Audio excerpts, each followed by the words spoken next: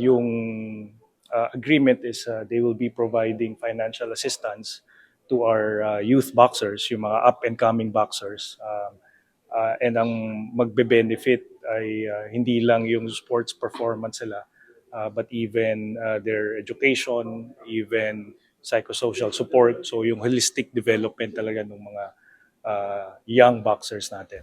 Under the 5-year collaboration, Telescoop will commit to provide 500,000 a year to cover the priorities of the athletes. However, ABA president said it is just the initial amount as it may increase in the following years depending on the needs of the athletes. So they're actually giving 500,000 a year, and that's for 5 years. No?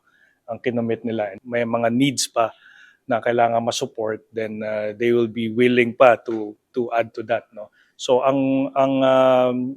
sa ngayon, there will be additional living allowance for those identified boxers, yung kanilang mga equipment, yung kanilang mga training needs. So yon, mako-cover nito. And then at the same time, yun nga, yung education component rin